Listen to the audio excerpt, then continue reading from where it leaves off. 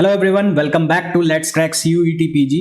आई hope concept through questions वाली जो series है आप लोगों को बहुत पसंद आ रही होगी और आप लोगों के कॉन्सेप्ट भी बिल्डअप हो रहे होंगे फिजिक्स के अंदर जब आप इन क्वेश्चंस को कर रहे होंगे या समझने की कोशिश कर रहे होंगे। तो आपको एक डेली बेसिस पे कुछ ना कुछ नया कॉन्सेप्ट आपको सीखने को मिल रहा होगा और हमारा ये एम भी यही है कि डेली कुछ ना कुछ आपको नया सिखाया जाए हर दिन।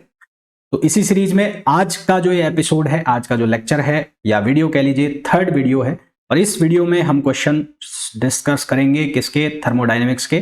थर्मोडायनेमिक्स में भी हम डिस्कशन करेंगे कार्नोट इंजन के क्वेश्चंस। कार्नोट इंजन आपको पता है एक हाइपोथेटिकल इंजन होता है जिसका रियलिटी से कोई लेना देना नहीं है, परंतु जितने भी इंजन होते हैं, चाहे डीजल इंजन हो चाहे वो पेट्रोल इंजन हो, उन सब की जो परफॉर्मेंस जो है मीजर वो किसके रेस्पेक्ट में की जाती है, वो कार्नोट इंजन के रेस्पेक्ट में की जाती है। जब हम कार्नोट इंजन की बात करते हैं तो उसकी जो एफिशिएंसी है उस एफिशिएंसी को हम लिखते हैं 1 - T2 अपॉन T1, जहां पर T2 जो होता है, T2 वो कौन सा टेम्परेचर होता है, हायर टेम्परेचर होता है। ठीक है, जहां पर T2 लोअर टेम्परेचर होता है, जहां पर T2 कौन सा टेम्परेचर होता है, लोअर, और T1 जो टेम्परेचर होता है वो कौन सा टेम्परेचर होता है, हायर टेम्परेचर। ठीक है, ये फॉर्मूला आप लोगों को पता होना चाहिए। ये फॉर्मूला आपको पता होगा, डायरेक्ट एग्जाम में पूछ भी लिया जाएगा तो आप इजीली सॉल्व कर ले जाएंगे। हालांकि इस फॉर्मूला से रिलेटेड और भी चीजें जुड़ी होती है, जैसे कि इस फॉर्मूला में आप देखोगे तो इनिशियल और फाइनल टेम्परेचर पर डिपेंड कर रहा है। ये केवल और केवल इनिशियल और फाइनल टेम्परेचर पर डिपेंड कर रहा है, बीच में किसी भी चीज के ऊपर डिपेंड नहीं कर रहा है। या ऐसा मैं बोल लूं कि कार्नोट इंजन की जो एफिशिएंसी है वो वर्किंग फ्लूइड पर डिपेंड नहीं करती। मतलब कि आप उसको डीजल डाल के चला रहे हो, तेल डाल के चला रहे हो, पानी डाल के चला रहे हो, इस बात से उसके कोई मतलब नहीं है। फिलहाल इस क्वेश्चन की बात कर लें तो इस क्वेश्चन में बोला है find the efficiency of Carnot engine working between steam point and ice point. अब देखो, सवाल दिखने में तो बड़ा सिंपल सा है पर फंसा दिया यहां पर। ये जो 2 पॉइंट लिख दिए ना, ये वाले 2 पॉइंट यहां पर फंसा दिया। एफिशिएंसी का फॉर्मूला पता है, अब सवाल कहां फंसेगा कि अगर हमें यह नहीं पता कि स्टीम पॉइंट क्या होता है, आइस पॉइंट क्या होता है। भाई स्टीम पॉइंट का मतलब 100 डिग्री सेंटीग्रेड और आइस पॉइंट का मतलब 0 डिग्री सेंटीग्रेड। तो जब भी आप लिखा देखें, क्या लिखा देखें, स्टीम पॉइंट, तो स्टीम पॉइंट का सीधा सा मतलब है कि टेम्परेचर जो है वो कितना है, 100 डिग्री सेंटीग्रेड। और जब आप लिखा देखें कौन सा पॉइंट, आइस पॉइंट, तो आइस पॉइंट का सीधा सा मतलब है जो टेम्परेचर है वो 0 डिग्री सेंटीग्रेड। अब मैंने आपको ये बोला T2 जो टेम्परेचर होगा वो लोअर टेम्परेचर यानी कि सिंक का टेम्परेचर होगा और T1 जो टेम्परेचर होगा वो हायर टेम्परेचर यानी कि सोर्स का टेम्परेचर होगा। तो इन दोनों में से हाई कौन सा है, ये वाला है, और लो कौन सा है, ये वाला है। और ये जो टेम्परेचर है डिग्री सेंटीग्रेड में है, हमें इनको कन्वर्ट करना है किसके अंदर, केल्विन के अंदर। तो सबसे पहले तो T1 जो है वो 100 डिग्री सेंटीग्रेड है, उसको केल्विन में आप कन्वर्ट करोगे तो 273 इसमें ऐड कर दोगे तो ये बन जाएगा 373। इसी तरह से T2 जो है वो कितना है, 0 डिग्री सेंटीग्रेड है, उसको कन्वर्ट करना है केल्विन में तो वो हो जाएगा 273। एफिशिएंसी हमें निकालनी है, एफिशिएंसी में परसेंटेज में निकालनी होती है, ध्यान रखना। तो 1 - 273 ओवर 373 और परसेंटेज के लिए इसको 100 से मल्टीप्लाई कर दिया हमने। हमारे पास जो एफिशिएंसी का आंसर आ जाएगा वो आ जाएगा 26.81%, अराउंड 26.81% एफिशिएंसी आएगी इसकी। ठीक है, तो क्या क्या जानने को आपको मिला, एफिशिएंसी का फॉर्मूला, एफिशिएंसी किस किस चीज पर डिपेंड करती है, कार्नोट इंजन की, स्टीम पॉइंट क्या होता है और जो आइस पॉइंट है वो क्या होता है। नेक्स्ट क्वेश्चन देख लेते हैं। नेक्स्ट जो क्वेश्चन है दिखने में बहुत बड़ा सा लग रहा है, काफी बच्चे देख के इसको छोड़ देंगे कि आखिर ये बवाल क्या है। तो क्वेश्चन के अंदर बोला है Carnot engine working as a refrigerator. Working as a refrigerator मतलब कि कार्नोट इंजन को उल्टा चला दिया।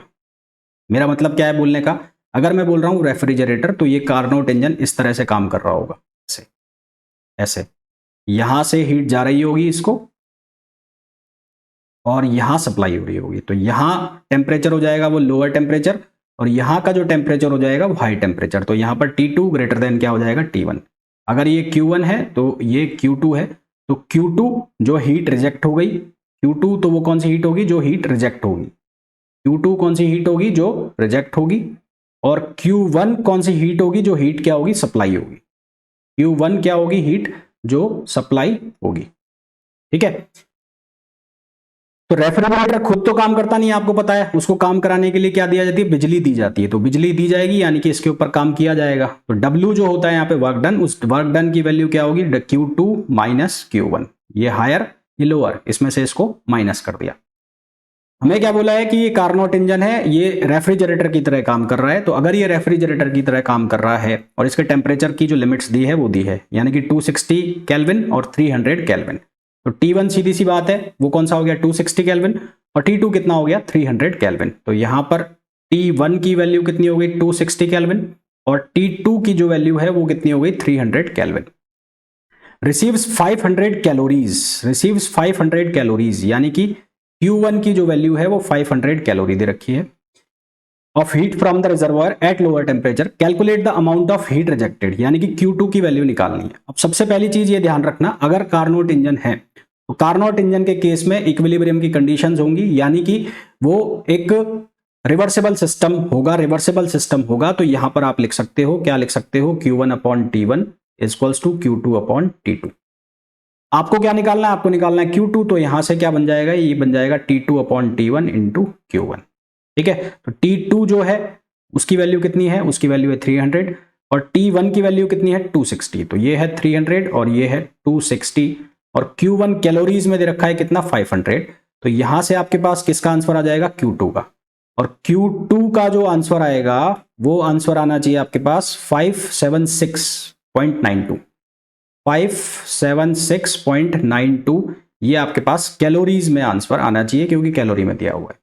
उसके बाद पूछा है हमसे क्या निकालना है, वर्क डन। तो मैंने बताया वर्क डन, रेफ्रिजरेटर को तो चलाने के लिए बिजली देनी पड़ेगी, तो बिजली यानी कि वर्क वो किसके बराबर होगा, हीट का डिफरेंस के बराबर। तो कितना हो जाएगा वो, उसको निकाल लो। W इक्वल्स टू वो कितना होगा Q2 माइनस Q1।